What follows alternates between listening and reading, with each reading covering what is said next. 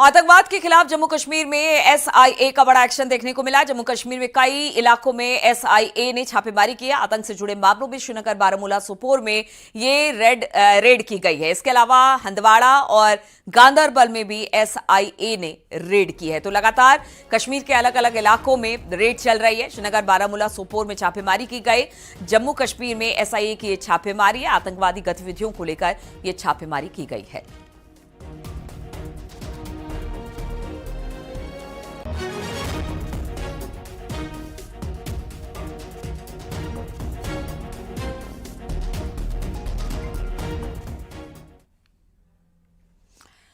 Operation Sindoor के बाद पाकिस्तान ने अपने नुकसान को छिपाने की भरपूर कोशिश की, लेकिन वो इस नुकसान को दुनिया के सामने आने से नहीं रोक सका। अब खुद पाकिस्तान के प्रधानमंत्री शहबाज शरीफ इस बात को कबूल कर चुके हैं कि ऑपरेशन सिंदूर के दौरान पाकिस्तान को भारी नुकसान पहुंचा। शहबाज शरीफ का एक वीडियो जमकर सोशल मीडिया पर वायरल हो रहा है, जिसमें शहबाज शरीफ कबूल कर रहे हैं कि जिस दिन ऑपरेशन सिंदूर को अंजाम दिया गया उस रात करीब 2:30 बजे उन्हें जनरल आसिफ मुनीर का फोन आया, जिसमें उन्हें जानकारी दी कि भारत ने नूर खान एयरबेस समेत कई अहम ठिकानों पर बमबारी की है और इस बमबारी को काफी नुकसान भी पहुंचा है।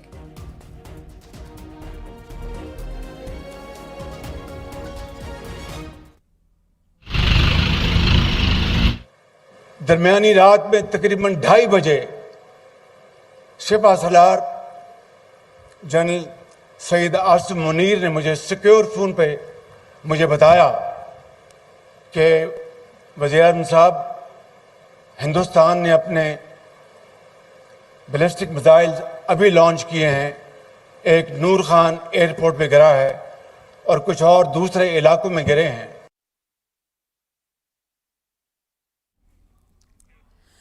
उधर पाकिस्तान से जुड़ी एक और जानकारी सामने आई है। जब पाकिस्तान पर ऑपरेशन सिंदूर की तरफ से हमले हो रहे थे, तब पाकिस्तान के प्रधानमंत्री शहबाज शरीफ स्विमिंग कर रहे थे। शहबाज शरीफ ने सीजफायर की बात करते हुए कहा कि जब सीजफायर के लिए आर्मी चीफ आसिफ मुनीर ने फोन किया तब वो तैराकी कर रहे थे। यानी जब पाकिस्तान जल रहा था, उस पर ऑपरेशन सिंदूर से प्रहार किया जा रहा था, तब पाकिस्तान के प्रधानमंत्री अपने आरामगाह में आराम फरमा रहे थे। यहां रोमन सम्राट पर मशहूर कहावत सटीक बैठती है कि जब रोम जल रहा था तो नीरो सुख और चैन की बांसुरी बजा रहा था।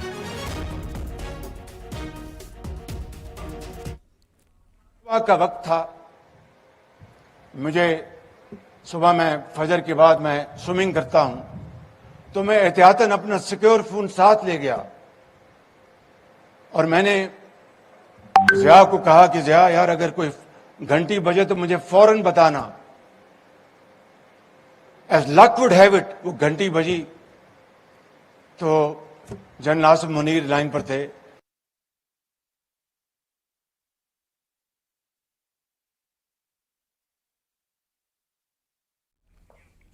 वही भारत की स्ट्राइक से घरवार पाकिस्तान इस बात को भी कबूल कर चुका है कि अमेरिकी राष्ट्रपति की दखल के चलते एक बड़ी तबाही होने से बच गई। पाकिस्तान के प्रधानमंत्री शहबाज शरीफ का एक वीडियो सोशल मीडिया पर जबरदस्त वायरल हो रहा है, जिसमें वो कहते हुए नजर आ रहे हैं कि वो अमेरिकी राष्ट्रपति डोनाल्ड ट्रंप के शुक्रगुजार हैं, क्योंकि उनकी दखलंदाजी ने दक्षिण एशिया में एक बड़ी जंग को टाल दिया, नहीं तो एक बड़ी तबाही मच सकती थी। His path-breaking and strategic, but above all, I would like to mention and thank President Trump for his very brave leadership and his vision that peace must be restored in South Asia sooner rather than later.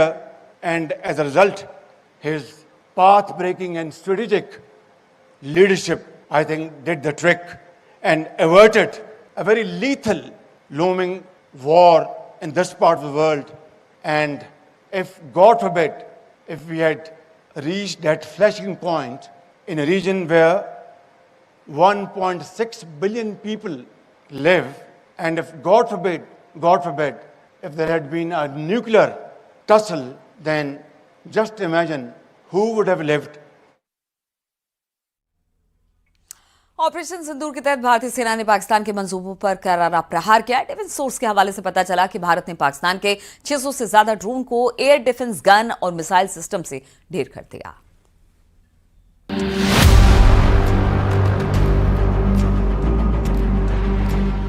रक्षा मंत्रालय के project आकाश तीर की भी चर्चा तेज हो गई है, क्योंकि सेना के मुताबिक पाकिस्तान की तरफ से किए गए हमलों के दौरान प्रोजेक्ट आकाश तीर गेम चेंजर साबित हुआ। सेना के मुताबिक प्रोजेक्ट आकाश तीर के जरिए ही भारत की तीनों सेनाओं ने मिलकर पाकिस्तान के छक्के छुड़ा दिए।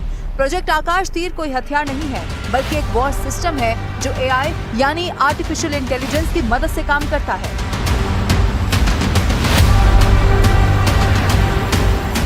यानी साहस के साथ तकनीक का सहारा लेकर भारत की फौज ने दुश्मन को मिट्टी में मिला दिया। भारत की रक्षा के लिए बनाए गए इस वॉर सिस्टम को सेना के लिए हथियार बनाने वाले संगठन DRDO, भारतीय स्पेस एजेंसी ISRO और सेना के लिए सॉफ्टवेयर बनाने वाली कंपनी भारत इलेक्ट्रॉनिक्स लिमिटेड ने मिलकर तैयार किया था, जिसका मकसद दुश्मन की हर हरकत को लाइव ट्रैक करना है। और सबसे अहम बात यह है कि ये वॉर सिस्टम AI यानी कि आर्टिफिशियल इंटेलिजेंस पर काम करता है, मतलब कि खुद ही डेटा को रिसीव करता है और फिर उसका अध्ययन करके पलक झपकते ही अलर्ट जारी कर देता है। और इसी के लिए भारत के प्रोजेक्ट आकाश तीर को ऑपरेशन सिंदूर के दौरान गेम चेंजर माना जा रहा है। भारत की थल सेना, वायु सेना और नेवी ने आपस में मिलकर काम किया और दुश्मन पर ऐसा हमला किया कि उसकी कमर ही टूट गई। सेना के सूत्रों के मुताबिक जब ऑपरेशन सिंदूर शुरू किया गया तो रडार सिस्टम से मिले सिग्नल और डेटा की मदद से भारतीय थल सेना और वायुसेना के साथ एक्शन लिया और नतीजा ये हुआ कि पाकिस्तान को चीन और तुर्की से भीख में मिली मिसाइलें भारतीय हमलों में कबाड़ बन गई, क्योंकि टारगेट की सटीक जानकारी मिलते ही भारत की मिसाइलें और एंटी एयरक्राफ्ट गन उस पर टूट पड़ी। सेना के मुताबिक प्रोजेक्ट आकाश तीर के तहत बनाए गए तीनों सेनाओं के वॉर सिस्टम ने कुछ इस तरह काम किया। जमीन पर थल सेना और वायुसेना के रडार को integrated control and command centre से जोड़ दिया गया था। रडार को जानकारियां सैटेलाइट्स और अवैक्स यानी कि airborne warning and control system में मिली और जैसे ही दुश्मन की मिसाइलों और ड्रोन का पता लगा, कमांड सेंटर से एक अलर्ट जारी किया गया, जिसके बाद वायुसेना के लड़ाकू विमान और थल सेना के एयर डिफेंस सिस्टम एक्टिव हो गए और उन्होंने हमला बोल दिया। सेना के मुताबिक प्रोजेक्ट आकाश तीर की वजह से दुश्मन पर हमले और उसके हमले को नाकाम करने का रिएक्शन टाइम काफी कम हो गया। और गुजरात के भुज एयरबेस से रक्षा मंत्री राजनाथ सिंह ने एक बार फिर पाकिस्तान को चेतावनी दी कि एयरफोर्स के जवानों की तारीफ करते हुए राजनाथ सिंह ने कहा कि ऑपरेशन सिंदूर के दौरान जो कुछ अभी हुआ वो ट्रेलर था, जरूरत पड़ी तो पूरी फिल्म दिखाएंगे।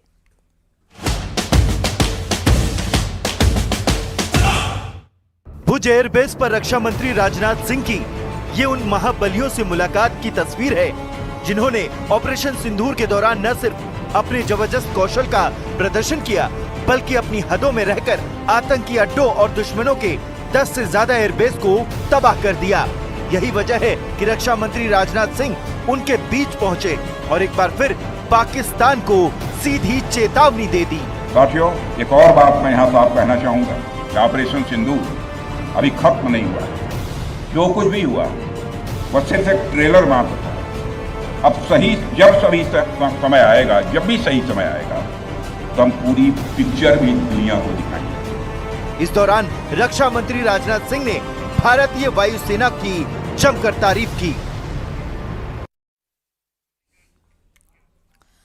और इस दौरान राजनाथ सिंह ने भारतीय वायुसेना के पराक्रम की जमकर सराहना की। साथ ही राजनाथ सिंह ने उन 23 मिनटों का भी जिक्र किया जब पाकिस्तान में तबाही की पटकथा लिखी गई थी।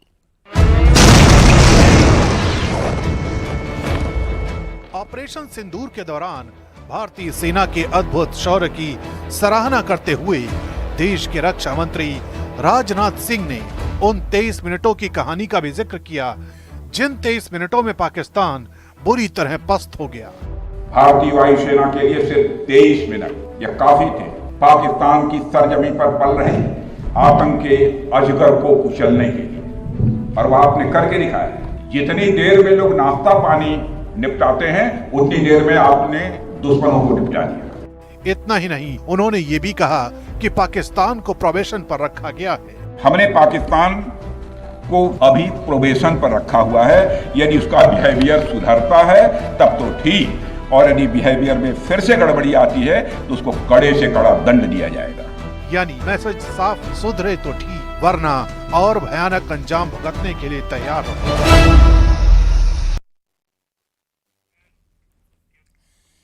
AIMIM नेता असदुद्दीन ओवैसी ने पाकिस्तान पर एक बार फिर से हमला बोला है। ओवैसी ने कहा कि पाकिस्तान सुधरने वाला नहीं है। आप दुआ कीजिए कि अल्लाह पाकिस्तान की दुम को सीधा रखे, नहीं तो वक्त आने पर और सीधा करना पड़ेगा।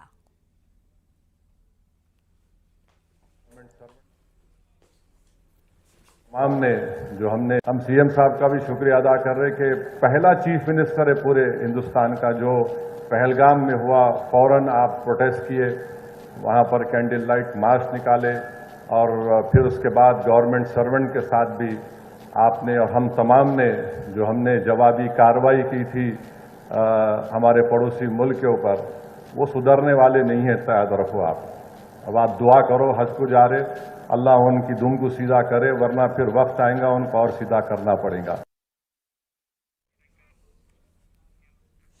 और पाकिस्तान से हमदर्दी दिखाने पर पूरा देश तुर्की और अजरबैजान के खिलाफ हो गया है। भारत का व्यापारिक समुदाय तुर्की और अजरबैजान के लिए हर तरह से व्यापार और व्यावहारिक रिश्तों का बहिष्कार करता है। इसमें यात्रा और पर्यटन भी शामिल है। दिल्ली में confederation of all India traders की तरफ से राष्ट्रीय व्यापार सम्मेलन में 125 से ज्यादा व्यापारिक नेताओं ने उसका संकल्प लिया। व्यापारिक समुदाय ने भारतीय फिल्म उद्योग से भी अपील की है कि वो तुर्की और अजरबैजान में किसी भी फिल्म की शूटिंग ना करें। अगर कोई फिल्म वहां शूट होता है तो व्यापार जगत और आम जनता ऐसी फिल्मों का बहिष्कार करेगी।